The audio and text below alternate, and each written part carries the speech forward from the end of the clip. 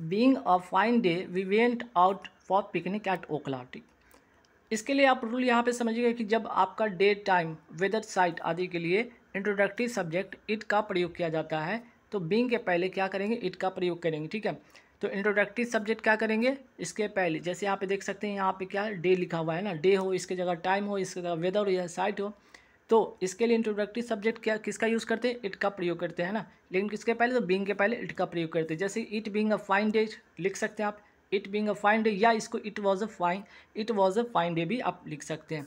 तो यहाँ पे क्या होगा, एरर यहाँ पे फर्स्ट पार्ट में, ठीक है, यहाँ पे एरर आपका है, तो यहाँ पे क्या होगा, इट आपका बीइंग होगा, है ना, फर्स्ट पार्ट में आपका एरर, तो इट बीइंग से यहाँ पे सेंटेंस शुरू होगा। तो नोट कर लीजिएगा, मोस्ट इंपॉर्टेंट आपका यहाँ पे रूल है, तो इसको ध्यान रखिएगा। चलिए नेक्स्ट सवाल पे आते हैं यहाँ पे कि many a man have been working under me. तो देखिए मेनी ए, यहाँ पे भी एक रूल क्या कहता है कि जब मेनी ए के, अगर मेनी एस के साथ सेंटेंस जुड़ा हो तो वहाँ पे क्या होगा, मेनी ए के बाद जो होगा आपका नाउन कैसा होगा, सिंगुलर होगा।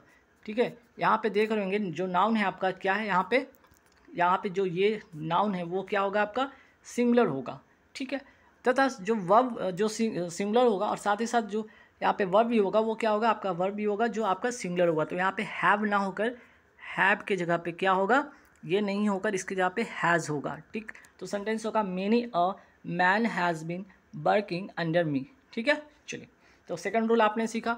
नेक्स्ट सवाल क्या है कि make haste lest you should not miss the train.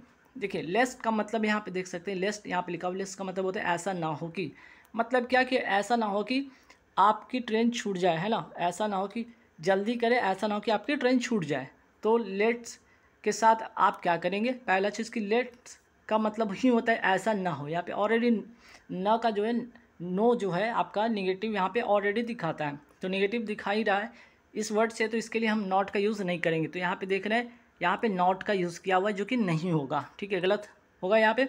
तो make haste lest you should miss the train. ठीक है, नॉट यहाँ पे यूज़ नहीं होगा, आप इसके जगह पे क्या करेंगे, नॉट जब भी अगर ऐसा सेंटेंस में रहेगा तो वहाँ पे नहीं होगा। तो एरर कौन सा पार्ट में आपका, ये वाला पार्ट में आपका एरर है। ठीक है, चलिए नेक्स्ट सवाल क्या है कि the secretary and the treasurer were not present today's meeting. ठीक है, अब यहाँ पे समझिएगा कि यहाँ पे देख सकते हैं कि सेक्रेटरी के पहले क्या लगा, द, लेकिन ट्रेजर के पहले क्या है, द नहीं है। तो मतलब क्या हुआ, ये दोनों जो है जो दोनों पोस्ट है वो क्या एक ही व्यक्ति को रिप्रेजेंट कर रहा है। ठीक है, एक ही व्यक्ति को क्या कर रहा है, ये रिप्रेजेंट कर रहा है। जब एक ही व्यक्ति को रिप्रेजेंट कर रहा है तो सिंगुलर वर्ब हो गया, सिंगुलर नाउन हो गया, क्या हो गया, सिंगुलर हो गया। तो सिंगुलर के लिए हम क्या करेंगे, वर्ब भी क्या होगा हमारा, सिंगुलर होगा। तो यहाँ पे वर्ब ना होकर यहाँ पे क्या होगा, वॉज होगा। ठीक है, the secretary and the treasure, the secretary and treasure was not present at today's meeting. ठीक है, लेकिन इसकी जगह पे अगर दोनों की जगह पे द लगा रहा था, जैसे द आपका सेक्रेटरी लिखा रहा था और एंड द आपका ट्रेजर लिखा रहा था, तो इसका मतलब अगर दोनों से पहले, दोनों जो आपका नाउन से पहले अगर द लगा रहता तो इसका मतलब दो अलग अलग, ठीक है, दो अलग अलग व्यक्तियों को रिप्रेजेंट करता, तब आपका वहाँ पर जो वर्ब होगा वो क्या होगा, प्लूरल होता। ठीक है, चलिए नेक्स्ट सवाल पे आते हैं। नेक्स्ट सवाल क्या है कि neither Rakesh nor I R living for Hyderabad. ठीक है, अब यहाँ पे क्या है, देखिए रूल, जब दो सब्जेक्ट जैसे कि आइदर और से, नाइदर नॉर से, not only but also say जुड़ा हो, तो वर्ब जो होगा, जो है यहाँ पे आप देख रहे हैं वर्ब जो है आपका है, ये वर्ब है, यहाँ पे जो आपका वर्ब है वो क्या है देखिएगा, तो वर्ब जो होगा आपका नज़दीक वाले सब्जेक्ट के अनुसार होगा। तो ये वर्ब किसके अनुसार होगा, तो आई के अनुसार होगा। तो आई के साथ हम क्या यूज़ करते हैं, आई के साथ एम का यूज़ करते हैं। ठीक है, तो यहाँ पर आर जो होगा वो क्या होगा, नहीं होगा, आर जो होगा गलत होगा, neither Rakesh nor I am living for Hyderabad. ठीक है, चलिए नेक्स्ट सवाल पे आते हैं। नेक्स्ट सवाल क्या है कि the new railway line will greatly improve transport and communication in eastern part of the country, in eastern part of the country. तो देखिए जब ईस्टर्न लिखा रहे, पहला चीज़ कि जब ईस्टर्न लिखा रहे या वेस्टर्न लिखा रहे, ठीक है, तो इसके पहले ऑलरेडी हम उसके पहले द का यूज़ करते हैं ना, उसके पहले द का यूज़ करते हैं, या कंस्ट्रक्शन नाउन ऑफ नाउन का जैसा हो। ठीक है, जैसे आप देख सकते हैं कि ये नाउन है, ठीक है, नाउन है, ऑफ है, फिर नाउन है, तो नाउन ऑफ नाउन वाले कंस्ट्रक्शन में भी पहले वाले नाउन, ठीक है, पहले वाले नाउन जो होता है उसके पहले भी द का यूज़ होता है। ठीक है, तो द ईस्टर्न यहाँ पे होगा, द ईस्टर्न, ठीक है, the eastern part of the country, the eastern part of the country होगा। ठीक, चलिए तो देख सकते हैं यहाँ पे मैंने बताया था कि द ईस्टर्न के पहले भी द होगा, वेस्टर्न के पहले भी द होगा। चलिए नेक्स्ट सवाल पे आते हैं कि नेक्स्ट सवाल क्या है कि the receptionist asked me who do I want to meet in the office. ठीक है, the receptionist asked me who do I want to meet in the office. तो देखिए यहाँ पे क्या होगा, यहाँ पे हु जो होगा, हु डू के बदले क्या होगा, यहाँ पे हुम डिड होगा। ठीक है, हुम यहाँ पे डिड होगा। ठीक है, क्यों, यहाँ पे समझिए कि यहाँ पे जो आपका रिपोर्टिंग वर्ब है, यहाँ पे देख सकते हैं ये पास्ट में है, रिपोर्टिंग वर्ब जो है आपका पास्ट में, तो आपका रिपोर्टेड स्पीच भी तो पास्ट में होगा, ये भी क्या होगा, आपका पास्ट में होगा। तो पास्ट बनाने के लिए यहाँ पे देखिए डू लिखा हो जो कि आपका प्रेजेंट में है, तो डू के बदले यहाँ पे डिड होगा। ठीक है, और हु के बदले यहाँ पे हुम करेंगे, क्योंकि हु यहाँ पे देखिए हु अपने लिए वर्ब लेता है और हुम अपने लिए वर्ब नहीं लेता है। ठीक है, ये नॉमिनेटिव केस में होता है, ये ऑब्जेक्टिव केस में होता है इसका यूज़। ठीक, तो देखिए जैसे कि आप एग्जांपल कर भी देकर बताएंगे I don't know who comes here, तो देखिए यहाँ पे ये नॉमिनेटिव केस में और यहाँ पे वर्ब है, तो ये अपने साथ वर्ब लेता है। ठीक, वही बात करते हैं यहाँ पे कि आई डोंट नो हुम ही हैज़ अराइव्ड, तो यहाँ पे हु जो ऑब्जेक्टिव केस में और इसके जस्ट बात क्या है, आपका वर्ब तो नहीं है, यहाँ पे सब्जेक्ट है ना, तो वर्ब नहीं लेता है। ठीक, तो इस तरह से आप ध्यान रखिएगा। तो यहाँ पे एक नोटिस कर लीजिए कि जो सेकंड पार्ट में ही आपका एडिट था, तो अगर आपको रूल नहीं भी अगर उतना कंफर्म हो रहा है, तो ये तो देख रहे हैं कि पास्ट में आंख से यहाँ पे पास्ट में है, तो जाहिर सी बात है ये भी आपका पास्ट में ही होगा। ठीक है, तो पास्ट होने के लिए यहाँ पे डिड होना ही था, और डिड होना था तो बस आप ऐसे भी करके आप सेंटेंस को आपको वहाँ पे ऑप्शन 4 रहते हैं, टिक कर सकते हैं। ठीक है, चलिए नेक्स्ट सवाल पे आते हैं। The criminal was sentence to death and was hung for his crime. ठीक है, तो यहाँ पे क्या होगा, तो देखिए यहाँ पे the criminal was sentence to death and was hung for his crime. तो देखिए हंग का मतलब होता है लटकाना, इसका V1 और V2 भी होता है हंग। तो यहाँ पे ये हंग जो है आपका अगर यहाँ पे V2 या V3 की चीज़। ठीक है, V2 में यहाँ पे अगर देखा जाए तो हंग का मतलब तो लटकाना होता है, लेकिन यहाँ पे फांसी देने की बात की जा रही है, तो यहाँ पे हैंग होगा। ठीक है, इसके बदले क्या होगा, हैंग्ड होगा। ठीक है, इसके बदले क्या होगा, हैंग्ड होगा। यहाँ पे V1 हो गया, V2 हो गया, V3 हो गया, तो हंग तो होगा नहीं यहाँ पे, चूँकि यहाँ पे क्रिमिनल को सेंटेंस टू डेथ उसको क्या मृत्यु की सज़ा दी गई, इसलिए उसे फांसी पर लटकाया गया है ना, लटकाया गया। तो फांसी पर लटकाने के लिए हैंग का यूज़ करते हैं, हंग का मतलब लटकना होता है।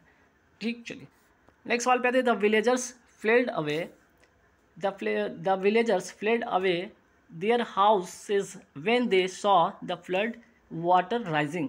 अब देखिए यहाँ पे एरर क्या है, पहले समझिए कि फ्ली का जो होता है ये वर्ब का फर्स्ट फॉर्म है, सेकेंड फॉर्म फ्लेड है। तो यहाँ पे देख रहे हैं यहाँ पे फ्लेड क्या है आपका V2 में। ठीक है, और इसके साथ क्या लगा दिया गया, फ्लेड के साथ आपका अवे लगा दिया गया, तो ये सुपरफ्लुअस हो गया, क्योंकि ऑलरेडी फ्लेड का मतलब ही होता है रन अवे या भाग जाना, है ना। जो फ्लेड का मतलब ही होता है रन अवे, तो इसके बाद जो है आप क्या करेंगे, जो फ्लेड अवे लिखा हुआ है तो ये अवे आप नहीं यूज़ करेंगे, इसको आप काट दीजिए। ठीक है, क्योंकि फ्लेड का ही मतलब हो रहा है रन अवे, तो आप उसको सुपरफ्लुअस मत बनाइए। ठीक, चलिए तो the villagers fled their houses, चूँकि यहाँ पे देखिए विलेजर्स प्लोरल है, यहाँ भी प्लोरल है, तो ये भी देख सकते हैं आपका प्लोरल में। ठीक है, व्हेन दे सॉ, चूँकि यहाँ पास्ट में, ये भी पास्ट में, they saw the flood water rising. Next सवाल पे आते हैं कि his car is more bigger than that of any अस।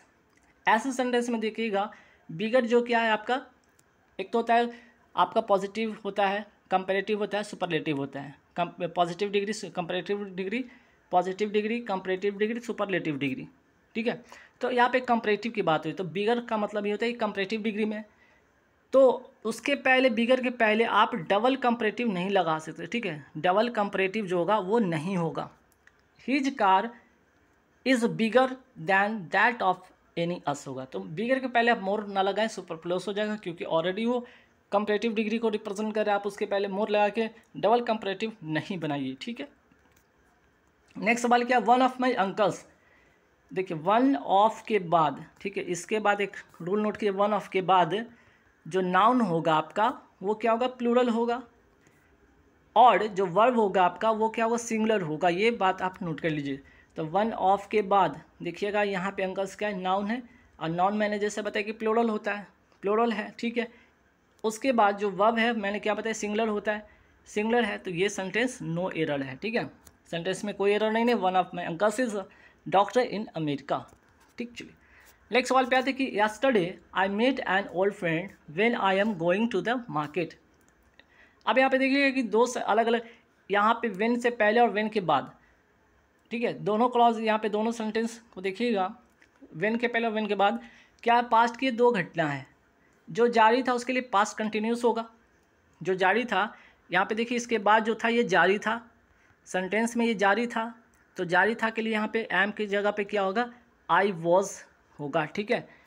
और दूसरी बात कि जो उसी बीच घटी, जब मैं बाज़ार जा रहा था उसी वक्त क्या मैंने अपने मित्र से मिला, तो जो उसी बीच घटी वो पास्ट इंडेफिनिट में होगा, तो यहाँ पे देखिए पास्ट इंडेफिनिट में है I met an old friend, ठीक है, I met an old friend सही है, ये सही है पास्ट इंडेफिनिट में। तो यहाँ पे क्या करना था आपको, पास्ट कंटिन्यूस लगाना था, क्योंकि पास्ट की दो घटना है ना, जो पास्ट की दो घटना है तो दोनों में एक तो पास्ट में ही होगा, दूसरा कि जो घटना घटा जो जारी था वो पास्ट कंटिन्यूस, जो उसी बीच घटा वो पास्ट इंडेफिनिट में होगा। दोनों बात ध्यान रखिएगा, मोस्ट इंपॉर्टेंट क्वेश्चन है, ऐसे सवाल एग्जाम में पूछ लिया गया और पूछे भी जाते हैं। अब देखिए नो सुनर वाला सवाल पे रूल समझिएगा, ठीक है, नो सुनर वाला सवाल समझिएगा कि नो सुनर के बाद क्या होता है, हैड लगेगा, फिर सब्जेक्ट होगा, फिर वर्ब का थर्ड फॉर्म होगा।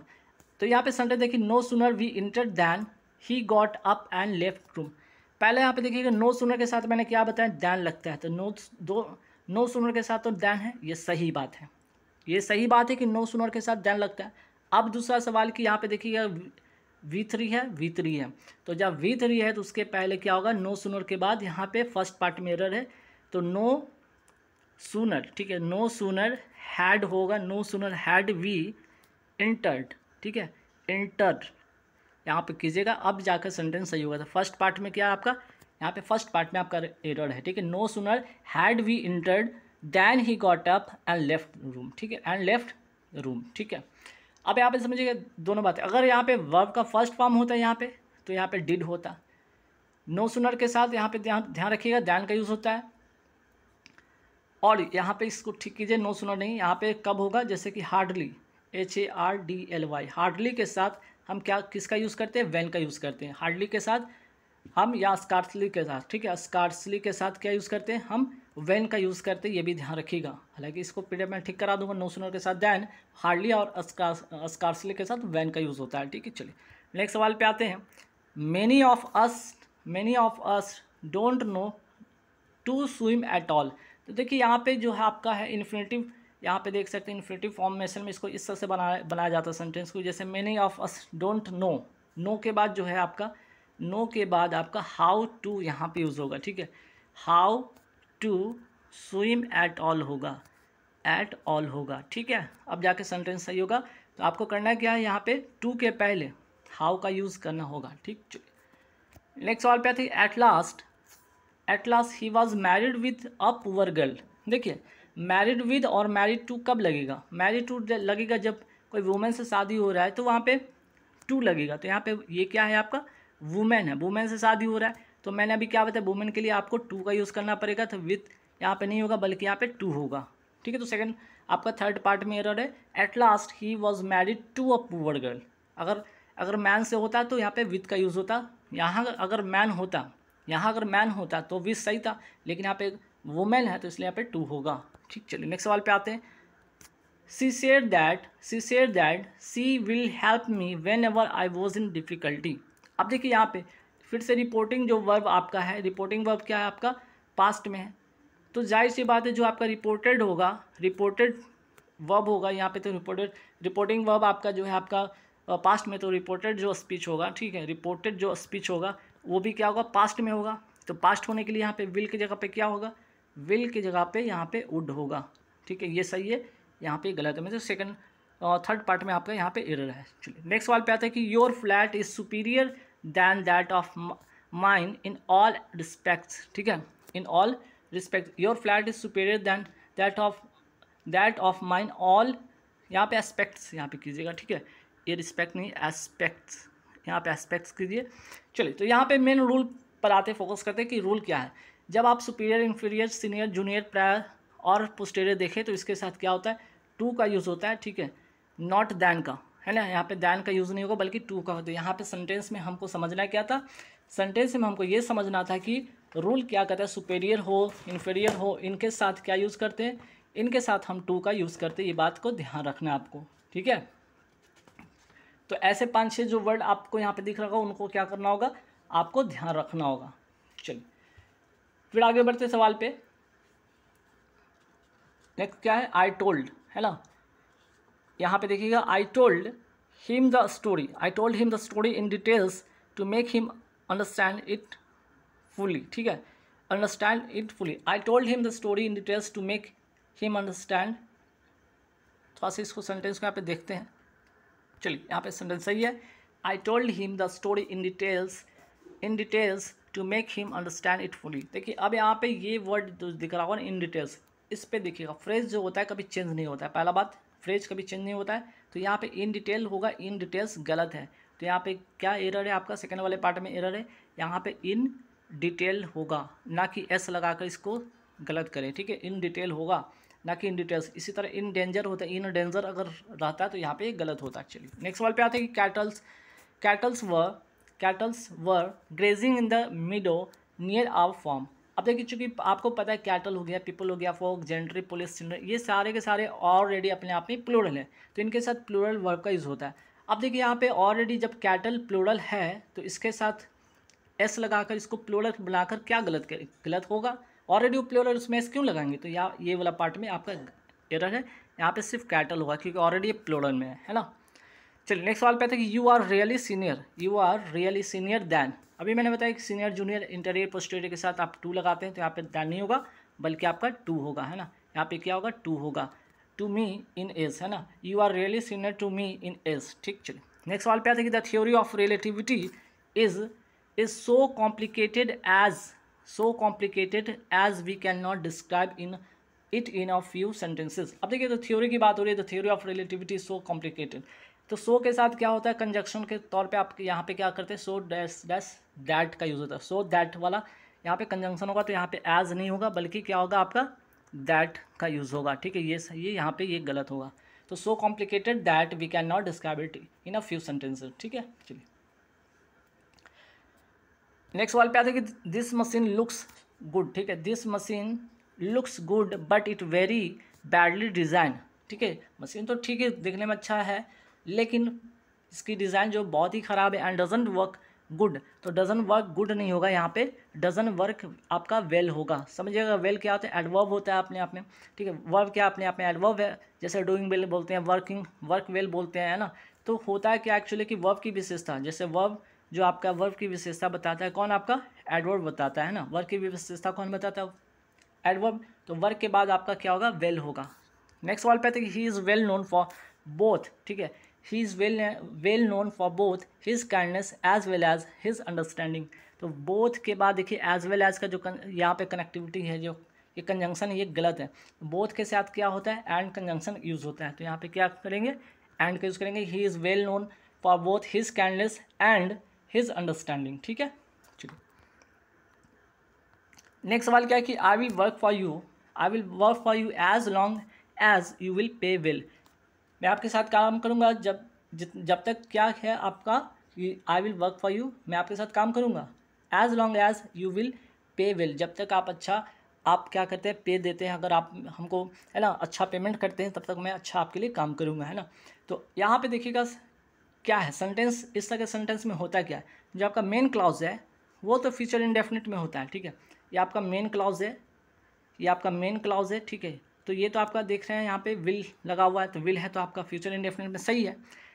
As long as you will pay, यहाँ पे फ्यूचर में नहीं होगा, जो आपका सब ऑर्डिनेट क्लॉज है, ठीक है। ये सब ऑर्डिनेट जो क्लॉज है ये आपका प्रेजेंट में होगा, तो यहाँ पे ये गलत होगा, यू विल पे नहीं होगा, यू पे होगा, ठीक है। तो विल नहीं होगा, यहाँ पे विल नहीं होगा, याद रखिएगा। I will work for you as long as you pay well, ठीक है। दूसरी बात कि एज का यहाँ पे देखिएगा यहाँ पे कंजंक्शन का एक रूल है कि एज पॉजिटिव डिग्री एज होता है, तो ये भी सही है। कई बार यहाँ पे सेंटेंस में एज लॉन्गर एज करके दे दिया जाएगा, है ना, तो इससे ध्यान रखिएगा।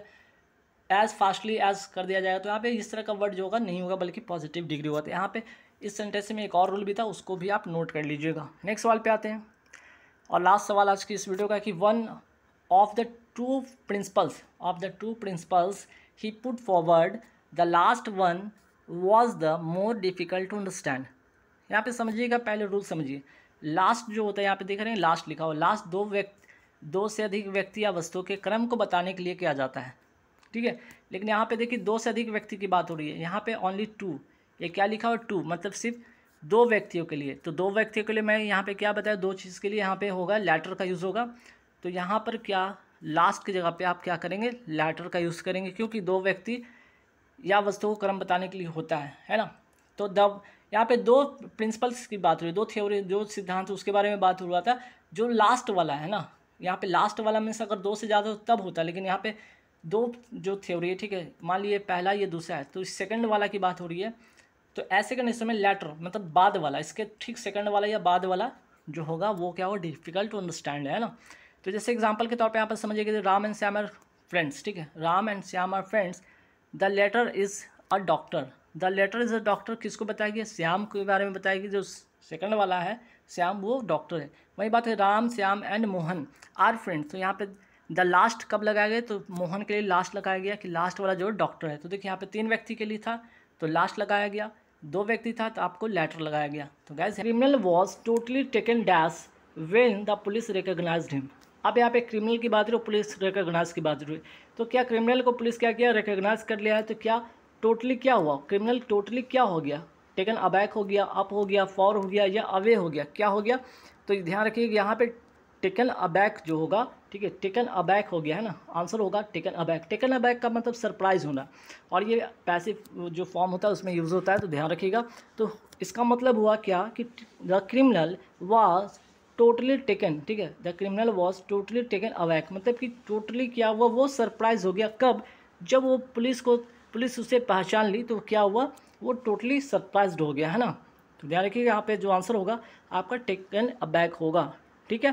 तो यहाँ पे जो है आप सवाल देख रहे होंगे, फ्रेजल वर्ब से रिलेटेड सवाल आपके एग्जाम में पूछ लिया जाता है, तो फ्रेजल वर्ब को भी आप ध्यान में रखना है, ठीक है। चलिए, तो यहाँ पे देख सकते हैं टेकन अबैक का मतलब होता है सरप्राइज होता है। टेक अप अगर होता तो यहाँ पे टेक अप का मतलब होता है टू स्टार्ट, मीन्स की शुरू करना। टेक आफ्टर का मतलब होता है रिजम्बल, मीन्स कि किसी के समान दिखना, अपने फादर्स मदर्स के जैसे दिखना या उनके कामों के जैसा होना, है ना। और टेक इन का मतलब होता है टू डिसीव का मतलब धोखा देना, है ना। टू डिसीव का मतलब धोखा देना, रिजम्बल मतलब समान होना, ठीक है, अपने माँ बाप के जैसे समान होना। टू स्टार्ट का मतलब शुरू होना, ठीक है। सरप्राइज मतलब आश्चर्यचकित होना, घबरा जाना। यहाँ पे अगर पुलिस की बात हुई तो देखकर अचंभित हो गया, घबरा गया, डर गया, है ना। चलिए सॉफ्ट हो गया, सरप्राइज हो गया। ये पहला सवाल आपका था, इंपॉर्टेंट था, जिसमें कि आपको 4 ऐसे फ्रेजल वर्ब थे, है ना। यहाँ पे 5 ऐसे फ्रेजल वर्ब थे जो कि आपके एग्जाम में के लिए काफ़ी महत्वपूर्ण है। चलिए नेक्स्ट सवाल पे आते हैं। नेक्स्ट सवाल आपका है कि आई कोप डैश एनी प्रॉब्लम। तो कोप के साथ क्या होगा, जो प्रीपोजिशन होगा वो होगा कोप के साथ होगा विद, ठीक है। I can cope with any problem. Cope with का मतलब होता है टू हैंडल करना, मीन्स की मैनेज करना। तो आप कोई भी प्रॉब्लम को क्या, I can cope with any problem, मैं कोई भी प्रॉब्लम को हैंडल कर सकता हूँ, ठीक है। नेक्स्ट सवाल है कि the strike has been called what. Off होगा, एट होगा, या ओ डबल एफ वाला ऑफ होगा या बाई वाला होगा। तो आंसर यहाँ पे होगा ओ डबल एफ वाला ऑफ। कॉल ऑफ का मतलब होता है पोस्टपोन, है ना। कॉल ऑफ का मतलब होता है पोस्टपोन होना। तो जो स्ट्राइक था वो क्या हुआ, कैंसिल हो गया। कॉल ऑफ का मतलब कैंसिल होना, पोस्टपोन होना, ठीक है, या रद्द होना, कैंसिल होना, ठीक है। चलिए नेक्स्ट सवाल पे आते कि नेक्स्ट सवाल है कि स्मॉल पॉक्स जो कि एक बीमारी है, has been eradicated dash in India. तो इराडिकेटेड का मतलब होता है उखाड़ फेंकना, जड़ से उखाड़, ठीक है, इसका मतलब होता है आपका उखाड़ फेंकना। तो यहाँ पे जड़ से उखाड़ फेंकना, तो इराडिकेटेड के बाद जो होगा प्रीपोजिशन आपका होगा फ्रॉम होगा, ठीक है। तो small pox has been eradicated from India. India से क्या, स्मॉल पॉक्स को जड़ से उखाड़ दिया गया है, जड़ से ख़त्म कर दिया गया है, ठीक है। नेक्स्ट सवाल पे अगर आते हैं, the examination will begin dash Monday. तो यहाँ पे क्या देखिए, अगर यहाँ पे प्रीपोजिशन की अगर बात आए, यहाँ पे पहले आप देख लीजिएगा, ये वर्ड पर ध्यान रखिएगा। अगर यहाँ पे वर्ड में आपका अगर कोई डे मिल जाए, ठीक है, या आपका डेट मिल जाए, तो बस कुछ नहीं करना है, आपको करना क्या है, ऑन यहाँ पे फिक्स प्रीपोजिशन लगाना। The examination will begin on Monday, ठीक है। अगर यहाँ पे मंथ होता, अगर ईयर होता तो हम इन का यूज़ करते, अगर कोई एकदम एग्जैक्ट टाइम होता तो ऐट का यूज़ करते हैं, ठीक है। और डे और डेट के लिए क्या होता है, ऑन का यूज़ होता है, ठीक। चलिए नेक्स्ट सवाल पे आते हैं। Put a blanket dash the baby. अगर आप किसी चीज़ को कवर करना चाहते या ढकना चाहते हैं या उढ़ाना चाहते हैं ना, ओढ़ाना। अगर बच्चे को ब्लैंकेट उढ़ा रहे हैं या किसी वस्तु को, किसी ऑब्जेक्ट को, किसी चीज़ को आप कवर कर रहे हैं या ढक रहे हैं, तो वैसे इस कंडीशन में, वैसे चीज़ में आप क्या करेंगे, फिक्स प्रीपोजिशन जो होगा आपका ओवर का यूज़ करेंगे, ठीक है। Put a blanket over the baby, ठीक। तो ये हो गया इसका करेक्ट आंसर। फिर बात करते हैं, नेक्स्ट सवाल पे आते हैं कि she Isha is good dash English. तो देखिए, अगर यहाँ पे सब्जेक्ट की बात हो, अगर कोई सब्जेक्ट में अच्छा हो या सिंगिंग में अच्छा हो या डांसिंग में अच्छा हो, तो कोई काम में अगर अच्छा होता है तो वहाँ पे ऐट का यूज़ करते हैं, ठीक है। Isha is good at English, तो सब्जेक्ट हो गया, कोई सिंगिंग में अच्छा है, कोई डांसिंग में अच्छा है, कोई पेंटिंग में अच्छा है, ऐसे जगह पे आप क्या करेंगे, ऐट का यूज़ करेंगे, ठीक है। चलिए नेक्स्ट सवाल क्या कि the bridge dash over, there is a bridge dash the river. तो सिंपल सी बात है, यहाँ पे नदी और यहाँ से क्या एक ब्रिज गई हुई है, ठीक है। तो ब्रिज क्या है, यहाँ से तो टच नहीं हो रहा है, यहाँ से ये टच तो नहीं हो रहा है, ऐसे कंडीशन में आप क्या करेंगे, ओवर का यूज़ करेंगे, जो सटा हुआ नहीं हो, किसी चीज़ से ऊपर हो, है ना। तो there is a bridge over the river, ठीक है। चलिए नेक्स्ट सवाल पे आते हैं कि a new minister has dash after the election. तो जो मिनिस्टर है, जो नया मिनिस्टर है, वो क्या करेगा, टेकन के, देखिए यहाँ टेकन ओवर का मतलब होता है टू टेक रिस्पॉन्सिबिलिटी फॉर या पोस्ट, ठीक है। यहाँ पे पद जो होता है, पद ग्रहण करना या शपथ ग्रहण करना या पद ग्रहण करना के सेंस में भी यहाँ पे होता है पद ग्रहण करना या कोई जिम्मेदारी उठाना।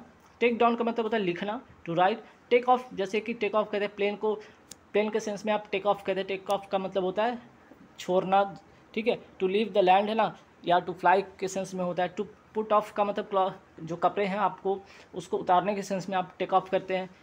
Take to doing something, take के साथ टू भी होता है कब, जब आपका डूइंग समथिंग होगा, जैसे कि कोई आदत है आपको, कोई कार्य है, उसको आदत के रूप में शुरू करना है। To bring to do something as a habit. तो टेकन के साथ यहाँ पे जो होगा आपका क्या होगा, टेकन ओवर होगा, है ना। इसका आंसर जो होगा टेकन ओवर होगा। मतलब क्या, टेकन ओवर का मतलब होता है यहाँ पे अ new minister has taken over after the election. Election के बाद अगर इलेक्शन उसने जीता है तो मिनिस्टर क्या करेगा, शपथ ग्रहण करेगा, अपना पद ग्रहण करेगा। तो टेकन ओवर यहाँ पे इसका करेक्ट आंसर होगा।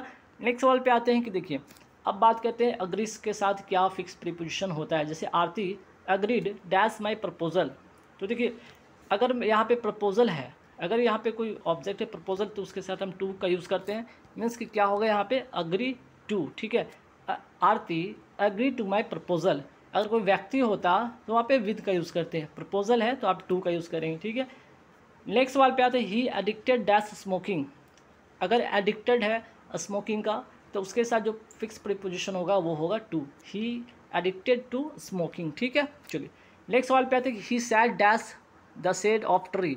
अगर ट्री है, ठीक है, ये ट्री है और ट्री के नीचे कहीं पे भी खड़ा हो सकता है कोई व्यक्ति, ठीक है, कहीं पे भी हो सकता है। ऐसे कंडीशन में आप क्या करेंगे, he sat in the shade of trees का यूज़ होगा। आप सोचेंगे अंडर द ट्री करेंगे, नहीं। अंडर कब होता है, जैसे ये टेबल है और इसी के नीचे कोई बिल्ली है, ठीक है, तो ये वर्टिकली अगर रहे या फिर आपके ऊपर अगर कोई फ़ैन है, ठीक है, अगर आपके ऊपर कोई फ़ैन लगा हुआ है तो ये वर्टिकली अगर कुछ ऑब्जेक्ट हो तब वहाँ पे अंडर का यूज़ करते हैं। अदरवाइज आप यहाँ पे he sat in the shade of a tree करेंगे, ठीक है। नेक्स्ट सवाल पे आते हैं, he went dash sea alone.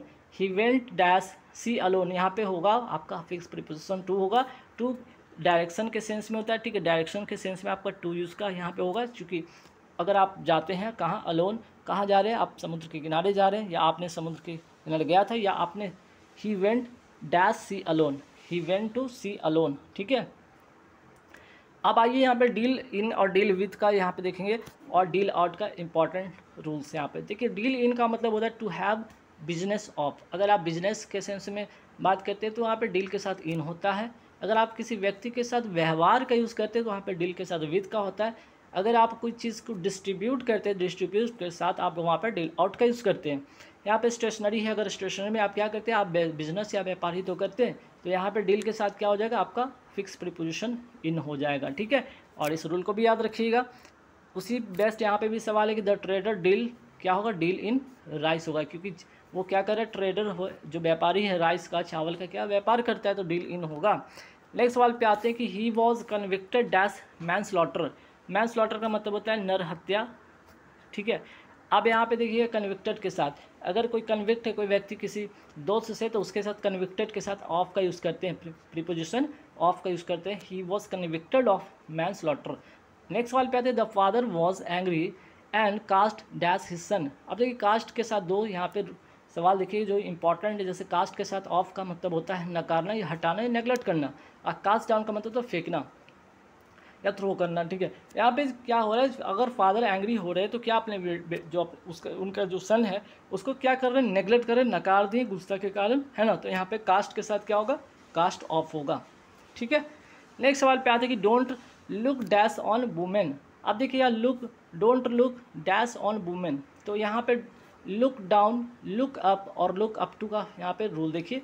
Look down on का मतलब होता है to regard as inferior, means कि नीची निगाहों से देखना, नीची निगाहों से देखना होता है। तो यहाँ पे एक आंसर जो होगा आपका लुक डाउन होगा, ठीक है। Don't look down on women, है ना, वुमेन को नीची निगाहों से नहीं देखिए, ठीक है। और लुक जो लुकअप का मतलब होता है प्रगति करना, इम्प्रूव करना, प्रगति करना, ठीक है। और रिस्पेक्ट का मतलब आप सभी को पता है, लुकअप का मतलब होता है, लुकअप टू का मतलब होता है रिस्पेक्ट करना, आदर करना।